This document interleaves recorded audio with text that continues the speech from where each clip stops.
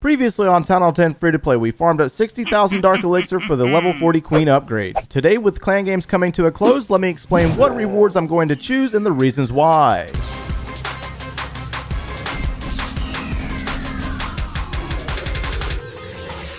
Hey, what's going on, guys? My name is Joe. Welcome back for episode 49 of the Town Hall 10 Free-to-Play series. In the last episode, we did some serious Dark Elixir farming, and I want to show you something real fast before we get into the video today. I have not attacked since yesterday, so we have 21 hours since the last attack. So I just want to show that I don't play every single day, like 10 to 12 hours a day, especially when we have so much loot and no builders to spend it on. Actually, we have one builder available. Where'd that guy come from? Oh my goodness. Oh yeah, I remember now. This guy right here needs to be upgraded again. Let's go ahead and put that down. So today's episode, we're going to talk about those clan games rewards because we are on the downward slope and there's a few hours remaining before the payout of the clan games rewards. So we're going to go ahead and get into this list and I'm going to explain what I'm going to claim and the reasons why. Now quickly, I must mention that we all value different things, and if I select something different from what you select, there's absolutely nothing wrong with that. We might be in different stages of our town hall levels. Now there is one thing that we all have in common. We want to max out our town hall levels, but we also have to wait on time no matter what. And realistically, we want to grab magic items that negate time, whether it's a builder's upgrade or a laboratory upgrade or even the training time within your barracks. You can use those training potions to speed up how often you get to raid. So without further ado, let's go ahead and get into those rewards that I intend on claiming upon the release of that timer once this thing concludes. So that first column is pretty much a no-brainer, guys. Training potion for 1 hour, you can steal way more than 4,200 Dark Elixir, and the 20 gems won't cover the cost in the trader anyways, so training potion all day long. That way you can attack a lot more. Now that second column is got some really good options there in the laboratory potion or the power potion. For me, in the stage that I am right now at Town Hall 10, I need that laboratory potion to take a day off of the giant in the laboratory. That way I can put down a dark spell or something else to upgrade. We're trying to get that thing as close as possible before we move on to Town Hall 11. When we jump into that third column, it's really kind of like two of the same thing. You got 50 gems or you get 2 training potions, and obviously 50 gems will cover the cost for 2 training potions in the trader. So I'm just going to go ahead and go with the training potions. That way I can attack more throughout the next couple of days. That way we can steal loot fast and I don't have to play really hardcore back to back to steal the loot that I need to get my laboratory upgrades down or another upgrade while we're in Clan War League. So when we look at the fourth tier, the one thing that catches my eye is naturally the builder's potion. Time off of builder upgrades, regardless however long it is, it's a good thing. So we want to claim that and take some time off of any builder upgrade that's currently active. Now the other options are kind of meh. We got 16,000 Dark Elixir. You can steal that faster. Naturally, we showed that yesterday and we'll show a little bit more of it today. And then unless you're working on your builder's hall, I would not necessarily worry about 6 wall rings because you can farm up the loot on your town hall side a lot faster. Now when we get into those final 2 tiers, that 5th tier is just really... We got 4 million gold. It'll take a couple of raids, but you can claim 4 million gold in a couple of raids, or you can do a couple of war attacks and get that.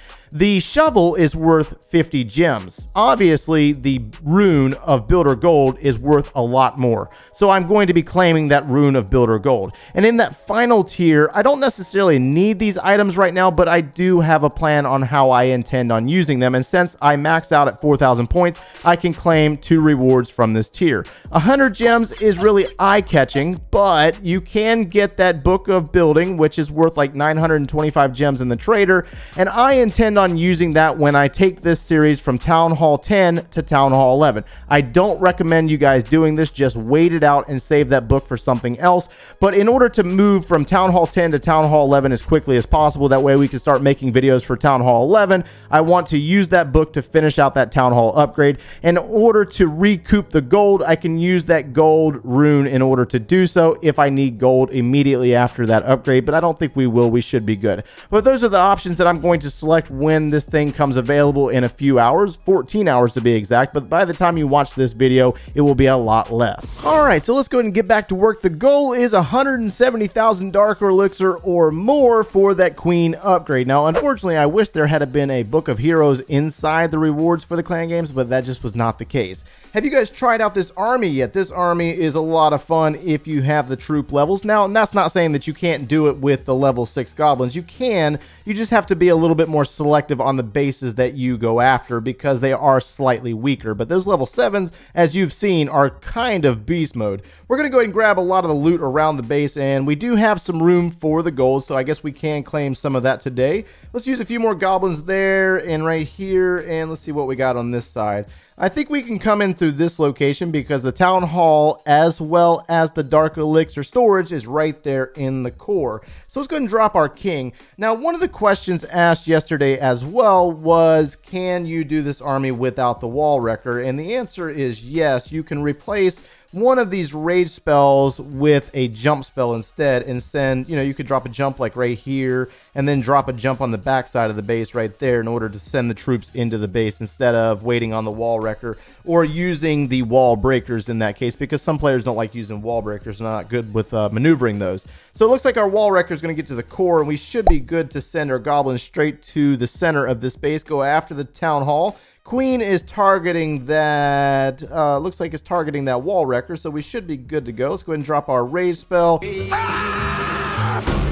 And let's go ahead and drop another heal spell right here. And where are those goblins going to go? Oh my goodness. All right, they're going to go on the opposite side of the base. Let's go ahead and this should be good. Let's drop the, no, I don't think we need to waste any more spells.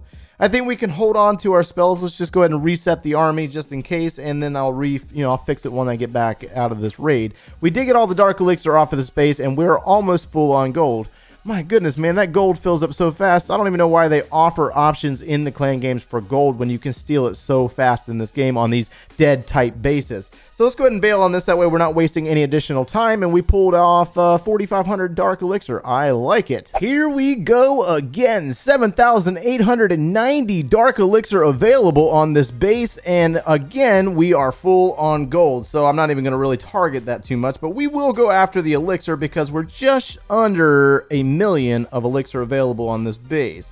Now, one of the reasons why I bring the wall breakers is normally to try to open up compartments. That way we can gain access with our king or possibly another location to send our goblins into the base. And let's go ahead and drop our king in this location and open up the base with some wall breakers. Let's see if we can try to get in there before that mortar shoots off. All right, wait for the mortar. All right, the mortar. Okay, there we go. Let's use that king's ability, and the compartment's going to be opened up. And let's go ahead and send some goblins in, maybe. Nope. They might go in after, yep, there we go. All right, they're going to go after that location, and the king should keep everything distracted for a moment, and the goblins are going to get the dark elixir out of that drill. Now, we do have a drill on this location, and there's a drill on the opposite, so let's see if we can go in right here. Let's go ahead and drop our giants, and we got to worry about these higher level defenses. Let's drop a wizard there, and there. And let's go ahead and get rid of some of this resources right here. Let's go ahead and place our wall wrecker. Drop the heal spell for our giants. We're still working with those level 6 giants for a few additional days. I think there's still like 4 days on the giants. Wall wrecker's going to crack through, and they might follow. My goodness, what are they doing?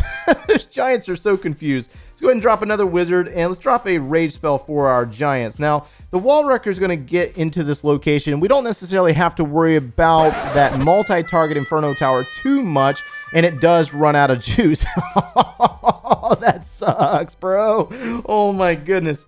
All right, so let's go ahead and send some goblins into the base. They're going to target 2 different locations. Some are going to go towards the left, some are going to go towards the right, and then they should go towards the core. Let's go ahead and freeze this location here, drop the heal spell, drop the jump across the opposite side of the base, and see if we can get some goblins to go grab the dark elixir from the opposite side. They will be successful, and I cannot complain. What a way to maneuver. Let's go ahead and grab a little bit more elixir here and get rid of this last wall breaker. But that is the reason why I bring the wall breakers, because I use them with either some giants, or I'll open up a compartment to go after a dark elixir drill that's offset on the other side of the base that I don't want to miss out on, if that makes any sense. Looks like a really good successful raid there, and a massive haul of loot. Oh my gosh, I love it. All right, so here's how we're going to finish out this video. We are going to do an attack with no wall wrecker, just to show you that you can do it without the wall wrecker. Now, this base has over 6,000 dark elixir available, but the only unfortunate piece is that we have loot spread out around the base, and we need to use our wall breakers wisely.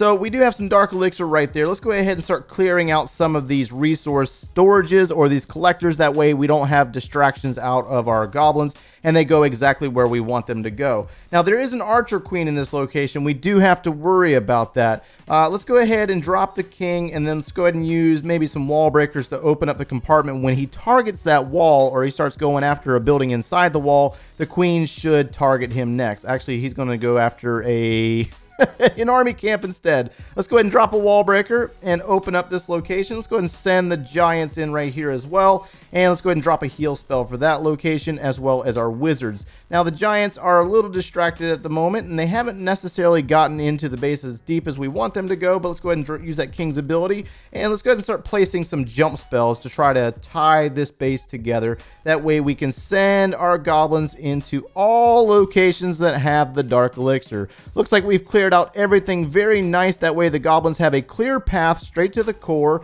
We're going to hold on to that rage spell. Let's go ahead and drop a heal spell here in the core because of the mortar coverage and the wizard tower coverage. And let's go ahead and drop that rage spell. Now we're going to go ahead and freeze that wizard tower, and our goblins are in fact going to split and go after the gold instead of the dark elixir, but it's just one of those things that you have to worry about if you don't have the additional troops in your clan castle. Unfortunately, did not plan this one as pretty as I should have, but we did lose most of our goblins and we missed out on about 1,500 dark elixir. But again, we're still up to 145. So if I had to use that king in a different manner, maybe placed him up on the top side and went after this drill instead, we more than likely would have got it. But you just got to plan it out just right. We didn't necessarily do that in this raid, but regardless, 5,000 dark elixir, who can really complain about that? So that's going to wrap us up for today, guys. Hopefully you were able to understand why I selected what I'm going to pull from the Clan Games reward system, and you understand the significance of how those items are going to play out on my base in particular. And again, we got a lot of dark elixir, just doing a little bit of casual farming today. And if you enjoyed our content, make sure you leave a like on the video and subscribe if you have not done so already. And if you enjoy watching us every single day, turn on those notifications. If you need any additional video support or you want to see the Town Hall 10 free-to-play series from the very beginning, click one of those links over there, and we will see you in the next one, guys. Take care.